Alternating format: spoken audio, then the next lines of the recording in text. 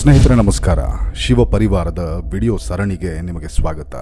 ಸಮಸ್ತ ಸೃಷ್ಟಿಗೆ ಪೋಷಕರು ಶಿವ ಪಾರ್ವತಿಯರೇ. ತಮ್ಮ ಭಕ್ತರ ಶ್ರೇಯಸ್ಸಿಗೋಸ್ಕರ ಶಂಕರನು ಪ್ರಮಥ ಗಣಗಳನ್ನು ಏರ್ಪಡಿಸಿ ಆ ಗಣಗಳಿಗೆ ಅಧಿಪತಿಯಾಗಿ ಕೆಲವರನ್ನು ಅವರವರ ಸಾಮರ್ಥ್ಯದ ಮೇಲೆ ನಿಯಮಿಸಲಾಗಿದೆ. ಇವರನ್ನು ಶಿವ ಪರಿವಾರವಾಗಿ ಭಕ್ತರು ಪೂಜಿಸುತ್ತಾರೆ. ಶಿವ ಪರಿವಾರದಲ್ಲಿ ಶೈವಾಗಮವನ್ನು ಅನುಸರಿಸಿ ಶಿವಾಲಯದಲ್ಲಿ ಪರಿವಾರ ಮೂರ್ತಿಗಳನ್ನು ಪ್ರತಿಷ್ಠಾಪಿಸುತ್ತಾರೆ. ಹಿಂದಿನ ವಿಡಿಯೋಗಳಲ್ಲಿ ನಂದೀಶ್ವರನ ಬಗ್ಗೆ, ಆನಂದ ತಾಂಡವ ಮೂರ್ತಿಯ ಬಗ್ಗೆ, ಭೃಂಗಿಯ ಬಗ್ಗೆ, ಕಾಲ ಭೈರವನ ಬಗ್ಗೆ ತಿಳಿದುಕೊಂಡೆವು. ಈ ವಿಡಿಯೋಲಿ ಪರಮಶಿವನಿಗೆ ಅತ್ಯಂತ ಪ್ರೀತಿ ಪಾತ್ರನಾದ ಚಂಡೀಶ್ವರನ ಬಗ್ಗೆ ತಿಳಿದುಕೊಳ್ಳೋ ಪ್ರಯತ್ನ ಮಾಡೋಣ. ಸ್ನೇಹಿತರೆ, ಪವಿತ್ರ ಅರುಣಾಚಲ ಕ್ಷೇತ್ರದಲ್ಲಿ ಪ್ರತಿ ತಿಂಗಳ ದ್ವಾದಶಿಯ ದಿನ ಸಾಧು ಸತ್ಪುರುಷರಿಗೆ ನಿಮ್ಮ ಸನಾತನ ಟಿವಿ ಚಾರಿಟಬಲ್ ಟ್ರಸ್ಟ್ ಮುಖಾಂತರ ಅನ್ನದಾನ ಸೇವೆಯನ್ನು ನಿರ್ವಹಿಸುತ್ತಿದ್ದೇವೆ. ಈ ಪವಿತ್ರ ಕಾರ್ಯಕ್ಕೆ ನಿಮ್ಮ ಬೆಂಬಲವೂ ಬೇಕಿದೆ. ಹಾಗೆ ನಮ್ಮ ಸಂಸ್ಥೆ ಸೇವಾ ಕಾರ್ಯಗಳು ಹಾಗೂ ನಾವು ನಿಮ್ಮ ಮುಂದೆ ತರುವ ದೇವಾಲಯದ ವಿಡಿಯೋಗಳು, ಅದರ ಜೊತೆ ಇನ್ನೂ ಅನೇಕ ವಿಡಿಯೋಗಳು ಮಾಡಬೇಕಾದ್ರೆ ನೀವು ಸ್ಕ್ರೀನ್ ಮೇಲೆ ಕಾಣುತ್ತಿರುವ ಸ್ಕ್ಯಾನರ್ ಹಾಗೂ UPI ಐಡಿಗೆ ನಿಮಗೆ ತೋಚಿದ ಮೊತ್ತವನ್ನು ದೇಣಿಗೆಯಾಗಿ ನೀಡಿ ನಮ್ಮ ಈ ಸೇವಾ ಹಾಗೂ ಧರ್ಮ ಕಾರ್ಯಗಳನ್ನು ಮುಂದುವರಿಸಲು ಸಹಕರಿಸ್ತೀರಾ ಅಂತ ಭಾವಿಸ್ತೇನೆ. ಧನ್ಯವಾದ.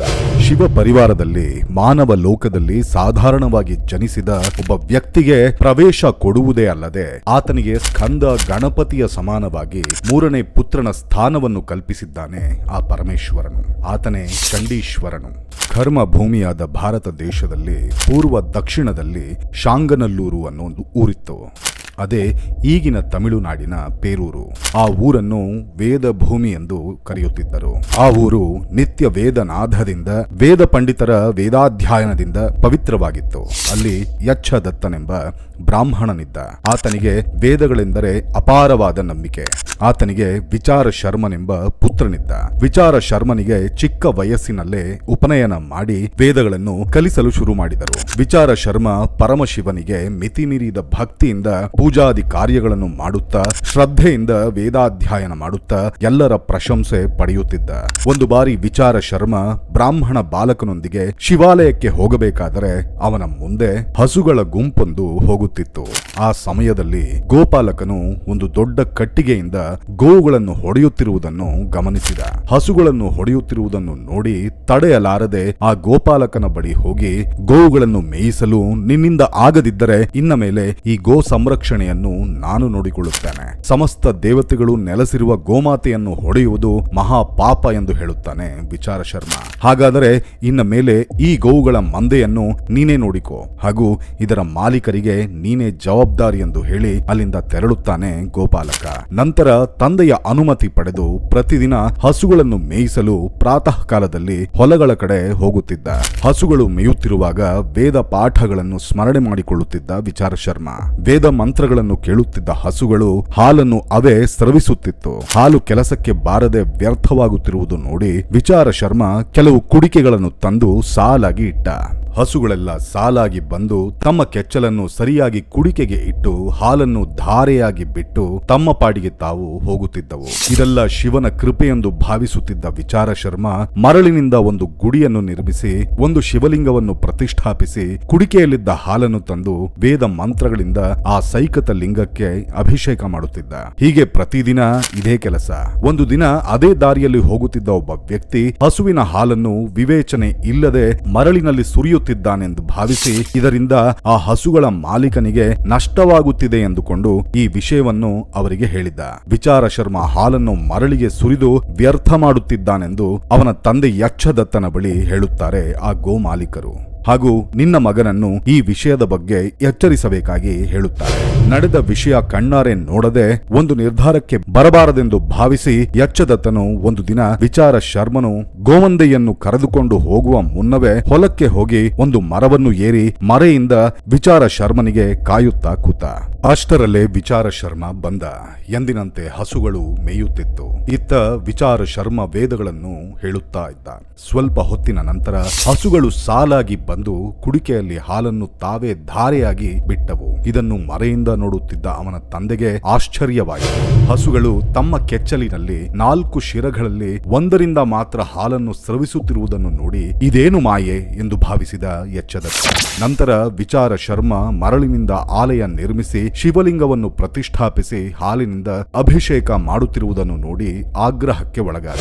ಸೈಕತ ಲಿಂಗಕ್ಕೆ ಕ್ಷೀರಾಭಿಷೇಕ ಮಾಡುವುದು ಅವಿವೇಕತನವೆಂದು ಭಾವಿಸಿ ತನ್ನ ಮಗನಿಗೆ ಬುದ್ಧಿ ಕಲಿಸುವ ಉದ್ದೇಶದಿಂದ ಮರವನ್ನು ಇಳಿದು ಬಂದ. ಶಿವಲಿಂಗದ ಮುಂದೆ ಕೂತು ಮೈಮರೆತು ಹಾಲಿನ ಅಭಿಷೇಕ ಮಾಡುತ್ತಿದ್ದ ವಿಚಾರ ಶರ್ಮ ತನ್ನ ತಂದೆ ಬಂದ ವಿಷಯವನ್ನು ಗಮನಿಸಲಿಲ್ಲ. ಯಕ್ಷದತ್ತನು ವಿಚಾರ ಶರ್ಮನನ್ನು ಜೋರಾಗಿ ಕರೆದು ಭುಜಗಳನ್ನು ಹಿಡಿದು ಅಲ್ಲಾಡಿಸಿದ. ಪೂಜೆಯಲ್ಲಿ ಲೀನನಾದ ವಿಚಾರ ಶರ್ಮ ಬಾಹ್ಯ ಸ್ಮೃತಿಗೆ ಬರಲಿಲ್ಲ. ಇದರಿಂದ ಕುಪಿತನಾದ ಯಕ್ಷದತ್ತ ಮರಳಿನಿಂದ ನಿರ್ಮಿಸಿದ ಆಲಯವನ್ನು ಹಾಗೂ ಶಿವಲಿಂಗವನ್ನು ಕಾಲಿನಿಂದ ಒದ್ದು ಬೀಳಿಸಿದ. ಈ ವಿಪರೀತ ಚರ್ಯೆಯಿಂದ ವಿಚಲಿತನಾಗಿ ಬಾಹ್ಯ ಸ್ಮೃತಿಗೆ ಬಂದ ವಿಚಾರ ಶರ್ಮ ಒಂದು ಕ್ಷಣ ದಿಗ್ಭ್ರಾಂತಿಗೆ ಒಳಗಾದ. ತನ್ನ ತಂದೆ ಮಾಡಿದ ಶಿವಾಪರಾಧವನ್ನು ನೋಡಿ ತನ್ನ ತಂದೆಯೊಂದೂ ನೋಡದೆ ಪಕ್ಕದಲ್ಲೇ ಇದ್ದ ಕೊಡಲಿಯಿಂದ ತನ್ನ ಸರ್ವಸ್ವವಾದ ಶಿವನನ್ನು ಒದ್ದ ಕಾಲುಗಳನ್ನು ಕತ್ತರಿಸಿ ಬಿಸಾಕಿದ. ತೀವ್ರವಾದ ರಕ್ತಸ್ರಾವದಿಂದ ಯಕ್ಷದತ್ತನು ಮರಣಿಸಿದ. ಇದರಿಂದ ಕೈಲಾಸದಲ್ಲಿದ್ದ ಶಂಕರನು ಪ್ರತ್ಯಕ್ಷನಾದ. ನಿರ್ಮಲವಾದ ಆತನ ಭಕ್ತಿಗೆ ಪುಳಕಿತನಾದ. ಇನ್ನು ಮುಂದೆ ನಾನೇ ನಿನಗೆ ತಂದೆ ಎಂದು ಪುತ್ರ ವಾತ್ಸಲ್ಯದಿಂದ ತಬ್ಬಿಕೊಂಡ ಭೋಳಾಶಂಕರ. ಅಷ್ಟೇ ಅಲ್ಲದೆ ಗಣಪತಿ ಸ್ಕಂದನಿಗೆ ಸಮಾನವಾಗಿ ತನ್ನ 3ನೇ ಮಗನಾಗಿ ಪಾರ್ವತಿ ದೇವಿಯ ಮುಂದೆ ಪ್ರಕಟಿಸಿದ. ಅಷ್ಟೇ ಅಲ್ಲದೆ ತನ್ನ ಅರ್ಧಾಂಗಿಗೆ ಮಾತ್ರ ಸಿಗಬೇಕಾದ ಒಂದು ಮುಖ್ಯ ಅಧಿಕಾರವನ್ನು ಧಾರೆ ಎರೆದ. ನಂತರ ಚಂಡೀಶ್ವರನೆಂದು ನಾಮಕರಣ ಮಾಡಿದ. ತಾನು ಉಪಯೋಗಿಸಿದ ನಂತರ ಉಳಿದ ಶೇಷವನ್ನೆಲ್ಲ ಇನ್ನು ಮುಂದೆ ಚಂಡೀಶ್ವರನಿಗೆ ಸಲ್ಲುತ್ತದೆ ಎಂದು ಶಾಸನ ಬರೆದ. ಈ ವಿಷಯದ ಬಗ್ಗೆ ಜಗನ್ಮಾತೆ ಪಾರ್ವತೀ ದೇವಿಯು ಆಗ್ರಹಿಸದೆ ಚಂಡೀಶ್ವರನನ್ನು ಪುತ್ರನಾಗಿ ಸ್ವೀಕರಿಸಿದಳು. ಅಂದಿನಿಂದ 4 ಜನರಿದ್ದ ಶಿವ ಕುಟುಂಬ 5 ಆಗಿ ಬದಲಾಯಿತು. ಚಂಡೀಶ್ವರನು ಎಂದಿಗೂ ಶಿವನ ಉತ್ತರ ದಿಕ್ಕಿನಲ್ಲಿ ಕೂತು ಮನಸ್ಸಿನಲ್ಲಿ ಪಾರ್ವತೀ ಪರಮೇಶ್ವರರನ್ನು ಧ್ಯಾನಿಸುತ್ತಾ ಇರುತ್ತಾನೆ. ಶಿವಾಲಯದಲ್ಲಿ ಎಂದಿಗೂ ಶಿವನಿಗೆ ಮಾಡಿದ ಅಭಿಷೇಕವಾಗಲಿ ನಿರ್ಮಾಲ್ಯವಾಗಲಿ ಅದು ಚಂಡೀಶ್ವರನಿಗೆ ಸಲ್ಲುತ್ತದೆ. ಒಂದು ವೇಳೆ ಯಾರಾದರೂ ತೆಗೆದುಕೊಳ್ಳಬೇಕಾದರೆ ಚಂಡೀಶ್ವರನ ಅನುಮತಿ ತೆಗೆದುಕೊಂಡು ತೀರಬೇಕು. ಹೀಗೆ ಮಾಡದಿದ್ದರೆ ಶಿವಾಜ್ಞೆಯನ್ನು ಧಿಕ್ಕರಿಸಿದವರಾಗುತ್ತಾರೆ.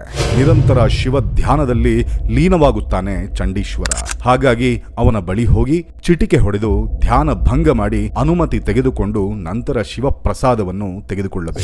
ಮನೆಯಲ್ಲೂ ಅಷ್ಟೇ ಪೂಜೆ ಅಭಿಷೇಕಗಳ ನಂತರ ಪ್ರಸಾದವನ್ನು ಉತ್ತರ ದಿಕ್ಕಿಗೆ ತೋರಿಸಿ ಚಂಡೀಶ್ವರನ ಅನುಮತಿ ಪಡೆದು ನಂತರ ತೆಗೆದುಕೊಳ್ಳಬೇಕು. ಶಿವಾಲಯಗಳಲ್ಲಿ ತ್ರಿದಳವನ್ನು ನಂದೀಶ್ವರನ ಬಳಿ ಕಾಲಭೈರವನ ಬಳಿ ಇಡುವುದು ದೋಷವಾಗುತ್ತದೆ. ಅದು ಸಂಪೂರ್ಣವಾಗಿ ಸೇರುವುದು ಚಂಡೀಶ್ವರನಿಗೆ. ಮನುಷ್ಯನಾಗಿ ಜನಿಸಿ ನಿಷ್ಕಲ್ಮಶವಾದ ಭಕ್ತಿಯಿಂದ ಆ ನೀಲಕಂಠನನ್ನು ಮೆಚ್ಚಿಸಿ ಶಿವಪರಿವಾರದಲ್ಲಿ ಸ್ಥಾನ ಸಂಪಾದಿಸಿಕೊಂಡ ಚಂಡೀಶ್ವರನು ಧನ್ಯ. ಚಿತ್ತ ಶುದ್ಧಿಯಿಂದ ಶಿವನನ್ನು ಪೂಜಿಸಿದರೆ ಶಿವನೆಷ್ಟು ಭೋಳಾಶಂಕರನಾಗಿ ಕರುಣಿಸುತ್ತಾನೆ ಎಂಬುದಕ್ಕೆ ಇದೊಂದೇ ಉದಾಹರಣೆ ಸಾಕು. ಸ್ನೇಹಿತರೆ, ಇದು ಇಂದಿನ ವಿಡಿಯೋ. ಶಿವ ಪರಿವಾರದ ಇನ್ನೊಬ್ಬ ಮುಖ್ಯ ಸಭ್ಯನ ಬಗ್ಗೆ ಮುಂದಿನ ವಿಡಿಯೋಲ್ಲಿ ತಿಳಿಯುವ ಪ್ರಯತ್ನ ಮಾಡೋಣ. ಸರ್ವಂ ಪರಮೇಶ್ವರ ಪಾದಾರ್ಪಣಮಸ್ತು. ಅರುಣಾಚಲ ಶಿವ. ಸ್ನೇಹಿತರೆ, ಇಲ್ಲಿಯವರೆಗೂ ನೀವು ಈ ವಿಡಿಯೋ ನೋಡಿದ್ದೀರಾ ಅಂದ್ರೆ ಈ ವಿಡಿಯೋ ನಿಮಗೆ ಇಷ್ಟವಾಗಿದೆ ಎಂದು ಭಾವಿಸ್ತಿದ್ದಾನೆ. ಇಂತಹ ಇನ್ನಷ್ಟು ವಿಡಿಯೋಗಳು ನೋಡುವ ಹಂಬಲ ನಿಮಗಿದ್ರೆ ದಯವಿಟ್ಟು ಈಗಲೇ ಈ ವಿಡಿಯೋನು ಲೈಕ್ ಮಾಡಿ, ಶೇರ್ ಮಾಡಿ ಹಾಗೂ ನಮ್ಮ ಚಾನೆಲ್ ಅನ್ನು ಸಬ್ಸ್ಕ್ರೈಬ್ ಮಾಡ್ಕೊಳ್ಳೋದು ಮಾತ್ರ ಮರಿಬೇಡಿ. ಮುಂದಿನ ವಿಡಿಯೋಲ್ಲಿ ಮತ್ತೆ ಸಿಗೋಣ. ಅರುಣಾಚಲ ಶಿವ.